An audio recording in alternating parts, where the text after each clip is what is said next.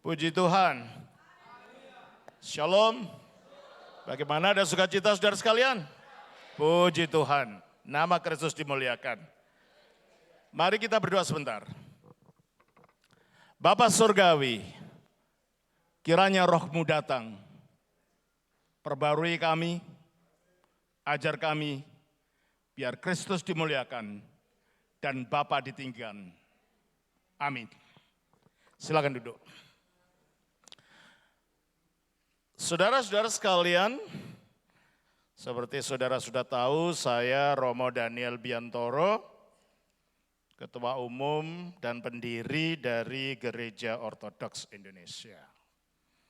Mungkin saudara tanya, Gereja Ortodoks itu gereja apa sih? Ada yang bilang, yuk Katolik. Bukan, kami Ortodoks, bukan Katolik. Gereja Ortodoks, saya jelaskan sedikit. Sesudah para rasul meninggal, gereja mengalami aniaya.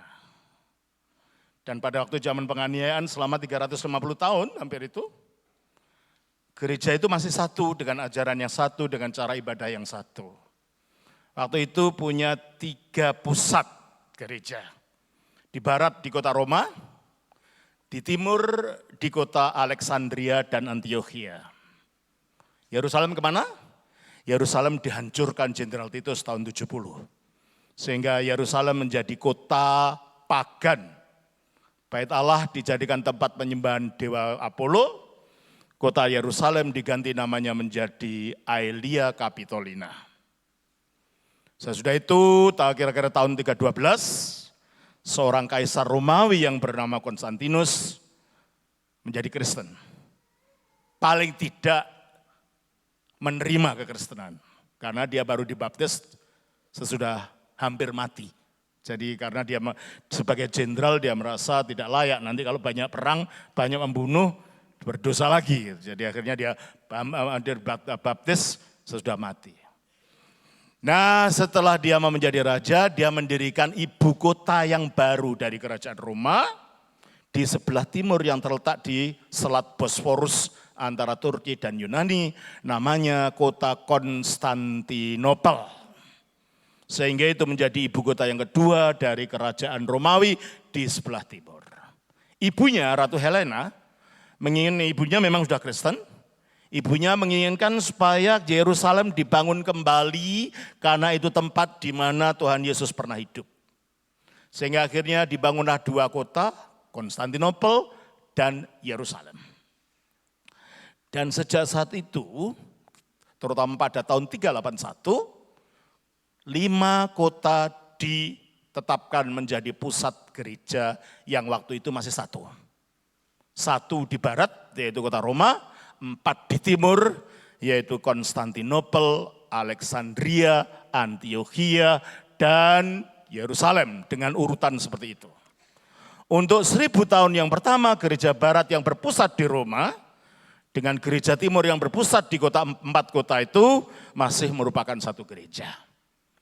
Dan untuk mengalami banyak bidat-bidat yang muncul, melawan bidat-bidat yang muncul, selama 7 kali gereja mengadakan namanya konsili untuk melawan bidat-bidat. Tahun 325 di Nikea, yang akhirnya dari situlah landasan kita memahami Tritunggal.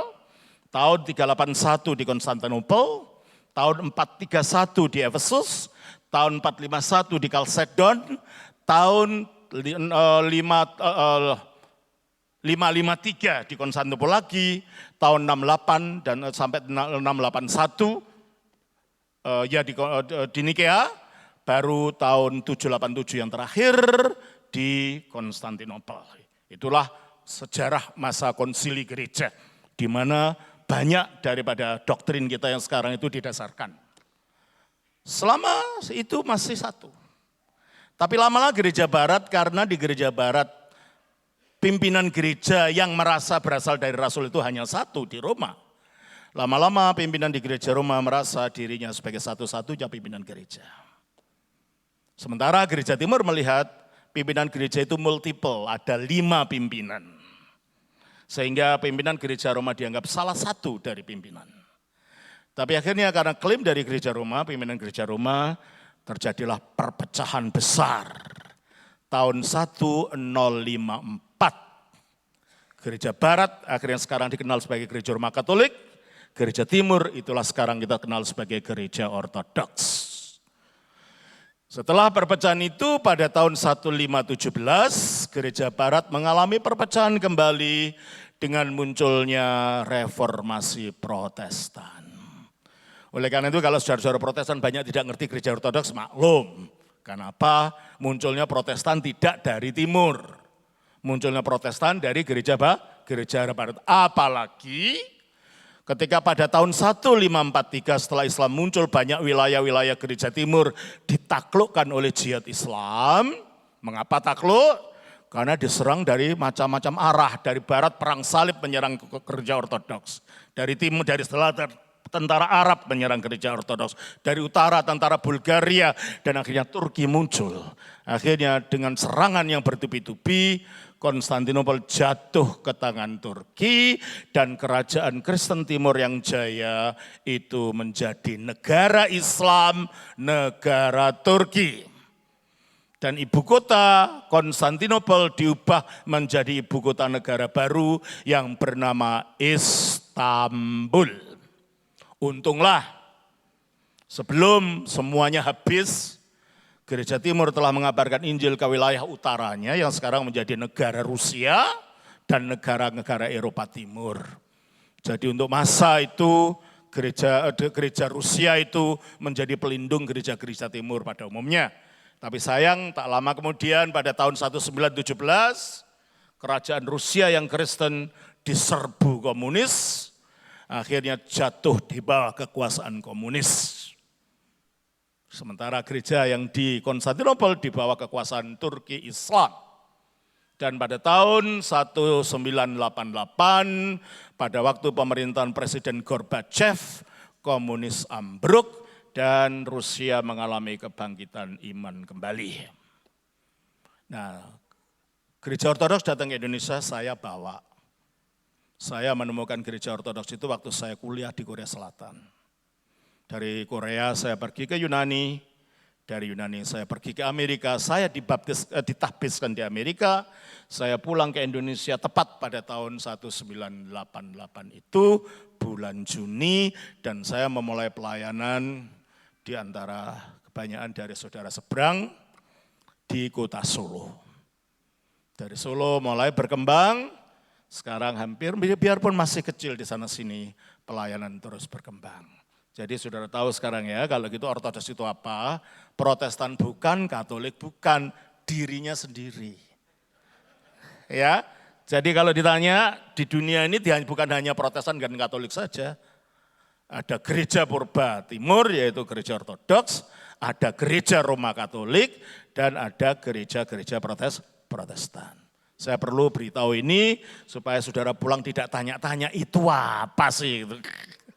Ya. Baik, saudara, saya ingin membagi pagi ini kepada saudara dari Matius pasal yang ke-28 ayat 18 sampai 20. Yesus mendekati mereka dan berkata, "Kepadaku telah diberikan segala kuasa di surga dan di bumi. Karena itu pergilah, jadikanlah semua bangsa muridku, dan baptislah mereka dalam nama Bapa dan Anak dan Roh Kudus. Dan ajarlah mereka melakukan segala sesuatu yang telah kuperintahkan kepadamu. Dan ketahuilah aku menyertai kamu senantiasa sampai kepada akhir zaman." Bagi kita yang concern terhadap penginjilan, ayat ini tidak asing. Dan ayat inilah yang sering disebut sebagai amanat agung. Di dalam hampir semua budaya, saudara, kata-kata terakhir dari orang yang akan meninggalkan dunia ini sangat penting sekali. Entah itu kata-kata kakek neneknya atau orang tuanya ketika dia akan meninggalkan dunia, itu dipegang teguh oleh mereka yang ditinggalkan. Demikian juga kata-kata Yesus ketika dia akan meninggalkan muridnya ini. Kalau begitu, mempunyai makna yang sangat penting yang tidak boleh kita abaikan. Yang harus kita pegang. Di mana Yesus mengatakan, Yesus mendekati mereka dan berkata, "Kepadaku telah diberikan segala kuasa di surga dan di bumi." Pernyataan Yesus ini adalah pernyataan yang menunjukkan bahwa sejak kematiannya sampai kebangkitannya dan naiknya ke surga, dialah Mesias yang dimuliakan itu. Itulah yang dijanjikan di dalam kitab Daniel pasal 7 ayat 13, di mana Daniel melihat sosok yang disebut sebagai anak manusia yang diberi segala kuasa.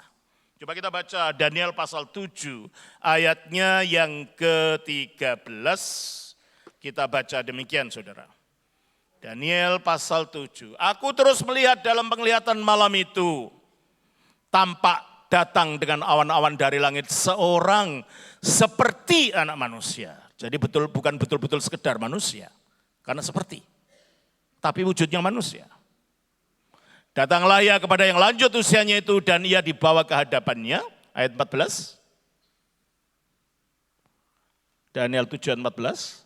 "Lalu diberikan kepadanya kekuasaan dan kemuliaan dan kekuasaan sebagai raja. Maka orang-orang dari segala bangsa, suku bangsa dan bahasa mengabdi kepadanya. Kekuasaannya ialah kekuasaan yang kekal, yang tidak akan lenyap, dan kerajaannya ialah kerajaan yang tidak akan musnah." Sosok yang disebut anak manusia itu adalah sosok Mesias. Oleh karena itu dalam Injil Yesus selalu menyebut dirinya anak manusia. Pertama untuk menyatakan bahwa dialah Mesias yang dikatakan oleh Daniel itu. Yang kedua untuk menyembunyikan bagi orang percaya, ya orang yang tidak percaya. Karena mereka mengerti Mesias secara salah. Mesias itu hanya sebagai raja yang akan bawa pedang, memimpin orang Yahudi, merontak terhadap orang Romawi. Yesus tidak mau Mesias seperti itu. Kerajaannya bukan dari dunia ini. Itulah yang dikatakan oleh Yesus di dalam Matius pasal yang ke-27, 26, ayat 63 sampai 65. Di dalam Matius 26, ayat 63 sampai 65. Ya. Tetapi Yesus tetap diam. Lalu kata imam besar itu kepadanya, "Demi Allah yang hidup, katakanlah kepada kami, apakah engkau Mesias, anak Allah atau tidak?" Lalu jawabnya apa? Jawab Yesus, "Engkau telah mengatakannya." Berarti iya, saya Mesias. "Akan tetapi aku berkata kepadamu, mulai sekarang kamu akan melihat anak manusia duduk di sebelah kanan yang maha kuasa dan datang di atas awan-awan di langit." Dia menunjuk penglihatan Daniel itu. Jadi penglihatan Daniel tentang anak manusia itu adalah penglihatan tentang Mesias yang dikonfirmasi oleh Yesus. Dialah sosok itu. Oleh karena itu ketika dia sudah bangkit dan menampakkan diri kepada muridnya, dia mengatakan, "Segala kuasa di surga dan di bumi telah diberikan kepadaku." Artinya apa? Dia menjadi sang maha penguasa. Kalau dia menerima kuasa namanya penguasa. Tapi kalau segala kuasa artinya dia adalah sang maha penguasa itu sendiri. Dialah raja segala raja.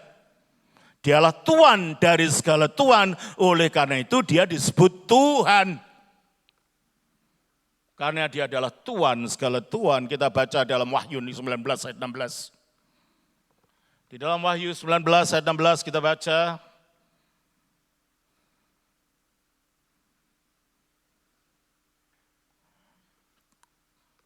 Dan pada jubahnya dan pahanya tertulis suatu nama, yaitu Raja segala Raja dan Tuhan di atas segala Tuhan. Jikalau demikian saudara-saudara, jikalau Yesus ini adalah Raja segala Raja dan Tuan segala Tuan, tidak ada tempat luang bagi yang lain yang dapat mengklaim kuasa itu. Yesuslah pemilik kuasa itu. Yesuslah Raja dari semua. Maka tidak ada tempat bagi mereka yang mengklaim sebagai juru selamat. Siapapun nama itu, sebutkan. Nama pendiri agama apa saja. Nama pendiri ideologi apa saja. Semuanya nothing under the power of Jesus.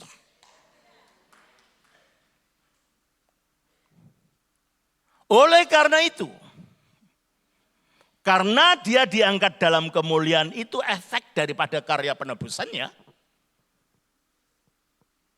maka penyataan bahwa dia menerima kuasa, segala kuasa ini ada kaitannya dengan penebusan dan ada kaitannya dengan keselamatan. Kita baca dalam Filipi pasal 2 ayat 8 sampai 11. Filipi pasal 2 ayat 8. Dan dalam keadaan sebagai manusia, ia telah merendahkan dirinya dan taat sampai mati. Jadi matinya di atas salib itu adalah wujud ketaatan Kristus. Bahkan sampai mati di kayu salib. Padahal intinya dosa itu tidak taat. Jangan kamu makan, kamu akan mati kalau kamu makan di Taman Eden itu. Dan mereka makan, maka inti dari dosa adalah ketidaktaatan. Maka ketidaktaatan hanya dapat dilawan melalui ketaatan. Sehingga Allah yang maha kuasa itu taat. Dengan taat setaat-taatnya sampai mati di kayu salib itu mempunyai dampak yang luar biasa. Kita baca di dalam Roma pasal 5 ayat 19. Roma 5 ayat 19. Jadi sama seperti oleh ketidaktaatan satu orang, siapa itu? Adam, kapan? Di Taman Eden, semua orang telah menjadi orang berdosa. Demikian pula oleh ketaatan satu orang. Siapa itu? Yesus. Di mana? Di atas salib. Semua orang menjadi orang benar. Tanpa ketaatan Allah yang menjadi manusia, tidak ada dosa dilenyapkan dan dihapuskan. Agama tidak dapat menyelamatkan manusia. Ideologi tidak dapat menyelamatkan manusia. Hanya Allah yang menjadi manusia, yang mati dalam ketaatan di atas salib, itu yang menghancurkan dosa. Itu yang menghancurkan kematian, dan kematian dan dosa ini yang membuat kita tidak menyatu kembali dengan Allah. Ayat 9 dari Filipi 2 ayat 9 tadi. Ayat 2 tadi, pasal 2 tadi. Filipi 2 ayat 9. Itulah sebabnya. Apa itu? Karena dia mati taat tadi. Allah maksudnya Bapanya sangat meninggikan dia dan mengaruniakan kepadanya nama di atas segala nama. Ayat 10. Supaya dalam nama Yesus bertekuk lutut segala yang ada di langit. Maksudnya para malaikat. Dan yang ada di atas bumi, maksudnya manusia. Dan yang ada di bawah bumi, maksudnya kuasa-kuasa jahat. Seperti dalam budaya Batak ada Banua Ginjang, Banua Tonga, dan Banua Toru. Dunia atas, dunia tengah, dan dunia bawah. Semua dikalahkan karena Yesus telah mengatasi segala langit. Dan akhirnya menundukkan semua itu. Masalahnya saudara, banyak orang yang tidak mau percaya dan itu nanti mereka akan diadili. Sebagai anak manusia, sebagai Mesias, dia diserai segala pengadilan bagi semua manusia. Kita baca di dalam Yohanes pasal yang ke-5, ayatnya yang ke-27. Dan ia telah memberikan kuasa kepadanya untuk menghakimi, karena ia adalah anak manusia, karena dia adalah Mesias yang menerima segala kuasa itu. Tidak peduli saudara agamanya apa, tidak peduli saudara bangsanya apa, tidak peduli saudara etnisnya apa, tidak peduli saudara warna kulitnya apa. Pada suatu saat saudara harus mempertanggungjawabkan hidup saudara di hadapan tahta raja segala raja ini. Dan jikalau Anda tidak mengakui dia sekarang, terlambat nanti. Sekarang dia datang menjadi juru selamat. Pada akhir kali dia datang sebagai hakim.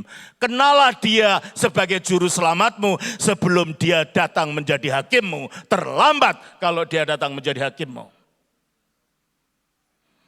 Itulah sebabnya saudara, karena manusia yang banyak mengolok-olok Yesus. Dan mengolok-olok serta menganiaya pengikutnya.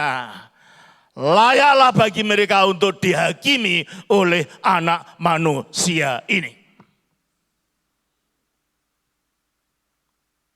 Dan itulah sebabnya. Yang kedua, di dalam ayat 11 dari Filipi 2. Filipi 2 ayat 11. Dan segala lidah mengaku Yesus Kristus adalah Tuhan. Yesus Kristus adalah Sang Maha Penguasa itu. Yesus Kristus adalah Mesias yang telah dimuliakan itu. Dan karena itu dia akan menjadi hakim bagi mereka yang tidak percaya. Tetapi menjadi penyelamat bagi mereka yang percaya. Penyelamatan gimana sih? Penyelamatan itu bukan sekedar masuk surga, enggak, itu pikiran agama lain, kita enggak.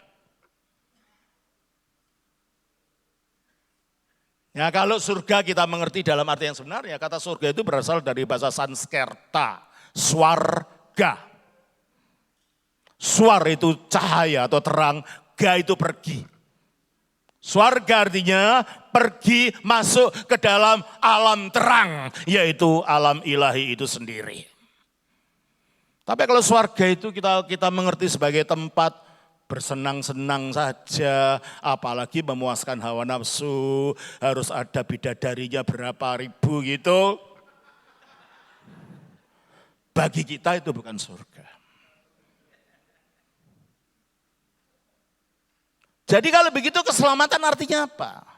Keselamatan itu artinya kita dipulihkan kepada tujuan Allah menciptakan kita awalnya. Tujuan Allah menciptakan kita apa? Kita diciptakan menurut gambar dan rupa Allah. Yang berarti kita diciptakan untuk menjadi seperti Allah. Bukan menjadi Allah ya. Kalau itu agama pagan, kita tidak percaya itu. Tapi menjadi seperti Allah. Memilih hidup ilahi. Memiliki kemuliaan ilahi, memiliki kasih ilahi, memiliki kekekalan ilahi. Dengan tubuh kita dimuliakan. Masuk surga menurut Injil bukan hanya rohnya yang masuk, tapi tubuhnya juga. Itulah sebabnya Kristus mati dan bangkit dengan tubuhnya. Dia masuk ke alam terang itu dengan tubuhnya pula.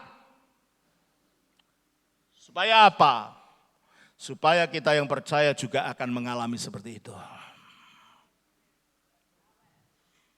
Maka dikatakan dalam Filipi pasal yang ketiga ayat 20 dan 21. Filipi 3, karena kewargaan kita adalah di dalam surga. Di dalam alam terang tadi. Dan dari situ juga kita menantikan Tuhan Yesus Kristus sebagai juru selamat. Berarti Tuhan Yesus sekarang di surga dan kita nantikan sebagai juru selamat. Nah, juru selamat itu gimana? Yang akan mengubah tubuh kita yang hina ini. Itu. Sehingga serupa dengan tubuhnya yang mulia. Tubuh kita akan dibangkitkan, dijadikan seperti tubuh mulianya yang sekarang ada di surga. Yang ketika menampakkan diri kepada Paulus wujudnya cahaya. Dan kita pun akan memiliki tubuh cahaya seperti itu.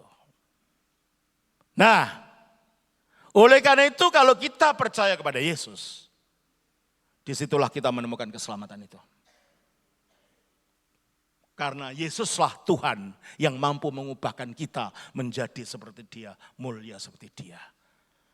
Pemimpin agama hanya memberikan aturan-aturan tetapi tidak mengubah apa-apa. Agama hanya memberikan aturan tapi tidak mengubahkan apa-apa. Teori tentang surga. Kamu sendiri belum pernah ke surga, gimana tahu tentang surga? Hei para pemimpin agama. Kamu sendiri belum pernah ke neraka, bagaimana kamu tentang neraka? Hei para pemimpin pendiri agama. Yesus dari surga, Yesus pernah masuk neraka, alam maut, sehingga tahu kalau dia berbicara tentang surga, dia nggak tahu kalau dia berbicara tentang neraka, sehingga apa yang dibicarakan itu murni kebenaran.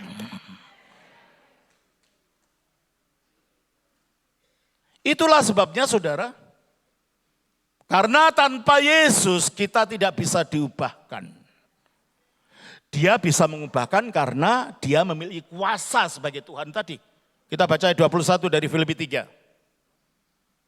Filipi 3:21, yang akan mengubah tubuh kita yang hina ini, sehingga serupa dengan tubuhnya yang mulia, menurut kuasanya. Kuasa apa? Kuasa yang dapat menaklukkan segala sesuatu kepada dirinya. Itulah kuasa sebagai Tuhan. Kuasa yang diberikan Bapa kepadanya, dia di bumi dan di surga. Oleh karena itu hanya Yesus yang dapat menyelamatkan. Karena hanya Yesus yang punya kuasa itu yang tidak dimiliki oleh siapapun. Kalau kita mengaku Yesus Tuhan, artinya yang mampu punya kuasa itu, di situ kita menerima keselamatan. Tolaklah Yesus, ejeklah Yesus sekarang, silakan. Nanti kata orang Sunda baru nyahok. Baru tahu nanti. Sekarang silakan, ejek, aniaya. Tahu rahasia ini? Kalau orang Kristen itu makin dianiaya, makin berkembang dan makin bertumbuh. Biarkan orang Kristen itu hidup menurut hawa nafsunya, gereja akan rontok. Hanya kalau dianiaya, kalau harus mengalami kesulitan, gereja akan tetap bertumbuh. Karena itu inilah harapan satu-satunya. Kristus mengatakan, karena itu pergilah. Karena apa? Karena aku punya kuasa tadi loh. Yang dapat mengubah kamu, yang akan menghakimi kamu. Pergilah kamu. Pergi kemana? Pergi ke dunia ini. Jadikanlah semua bangsa muridku. Mati tefsande pandata etni. Jadikanlah semua etni muridku. Muridkanlah semua etni. Berapa etni kita punya? Terima kasih. Berapa etni yang ada di Indonesia? Di Papua ini saja tidak tahu berapa sukunya. 300-an. Sudah tercapai semua? Berarti kalau gitu pekerjaan kita masih banyak. Jadikanlah semua bangsa muridku. Dan baptiskanlah mereka dalam nama Bapa, Putra, Roh Kudus. Dalam arti satukan mereka dalam komunitas gereja. Sehingga dengan demikian melalui persekutuan dalam gereja mereka dapat merencanakan tujuan untuk panggilan ini. Mereka dapat berdoa untuk itu. Mereka dapat merenungkan dan memfokuskan tujuannya untuk itu di dalam gereja.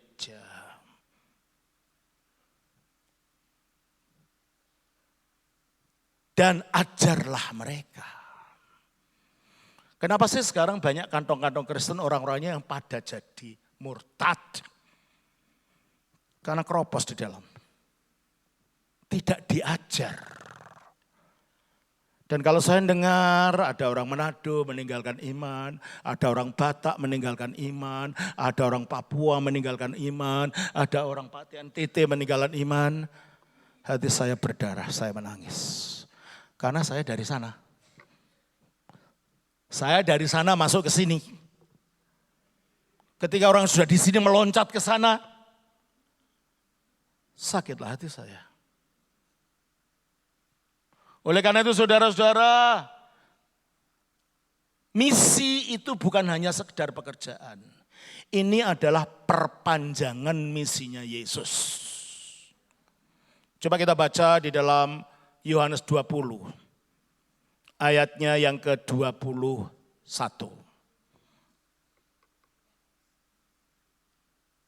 Yohanes 20, damai sejahtera bagi kamu sama seperti Bapa mengutus aku, demikian juga sekarang aku mengutus kamu.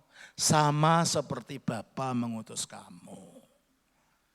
Demikian juga sekarang aku mengutus kamu. Berarti kita diutus sama seperti pengutusan Bapa.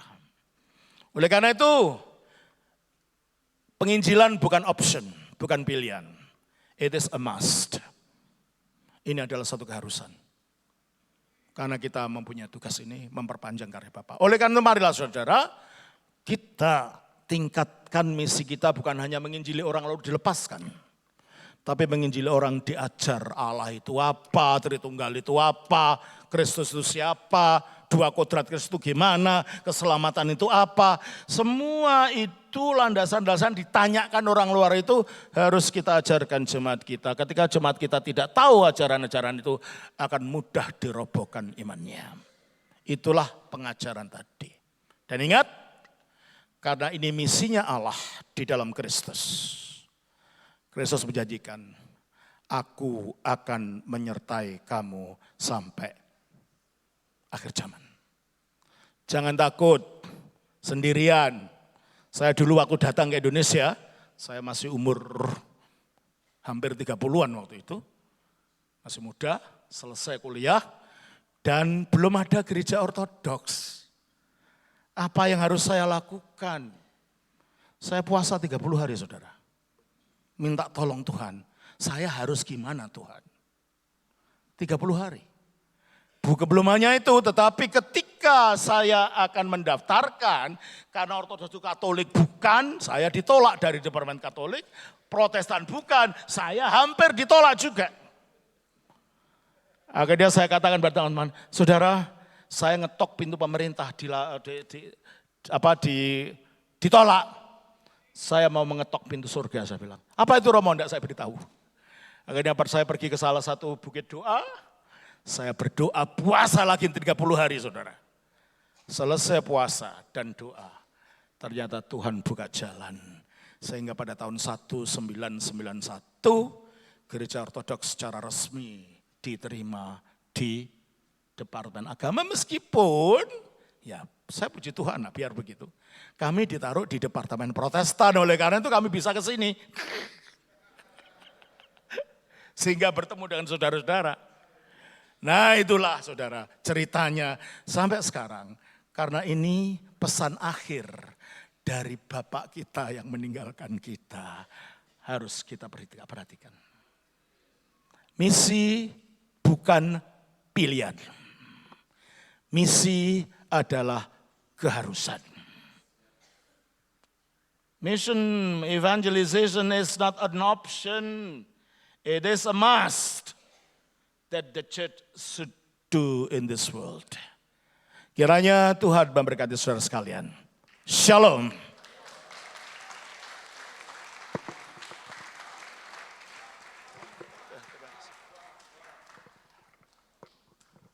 Ibu Bapak sekalian, saya minta waktu beberapa saat ini karena Romo Daniel akan berangkat ke Yunani selama 3 bulan dan beliau akan ditabiskan menjadi uskup dari Indonesia. Satu-satunya uskup ortodoks yang ada di Indonesia adalah dan putra asli Indonesia. Pada waktu saya dipanggil Mabes Polri karena persoalan ada statement kalau Yesus anak Allah siapa bidannya, saya belajar ke gereja ortodoks dan di ikon gereja ortodoks ditampakkan. Yesus lahir bidannya adalah Salome.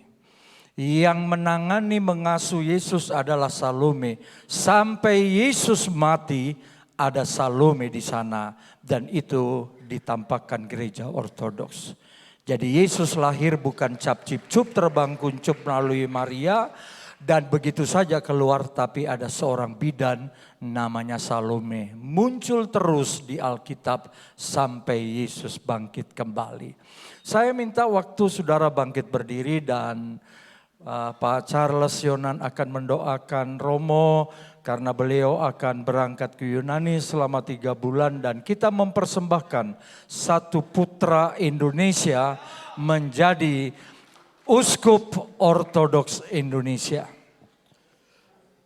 Mari kita angkat tangan kita, mari kita sama-sama berdoa. Tuhan, kami berterima kasih pada hari ini. Kalau kami boleh menyaksikan kebaikan Tuhan bagi bangsa kami. Engkau yang memilih putramu untuk dapat mewakili gereja ortodoks di Indonesia.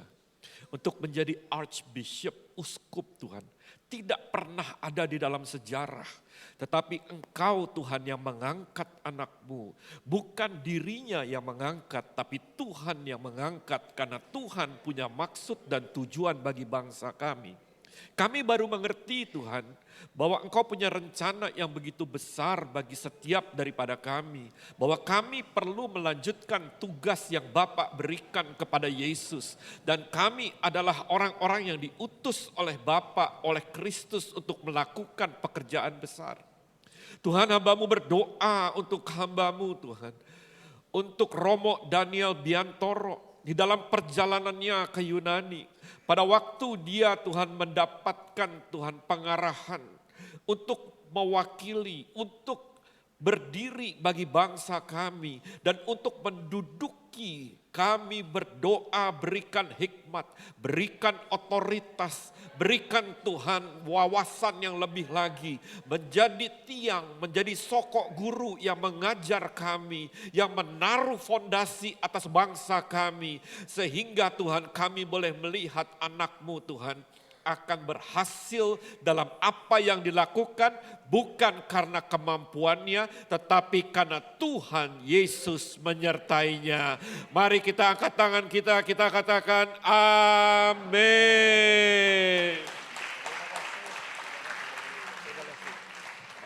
Terima kasih Pak.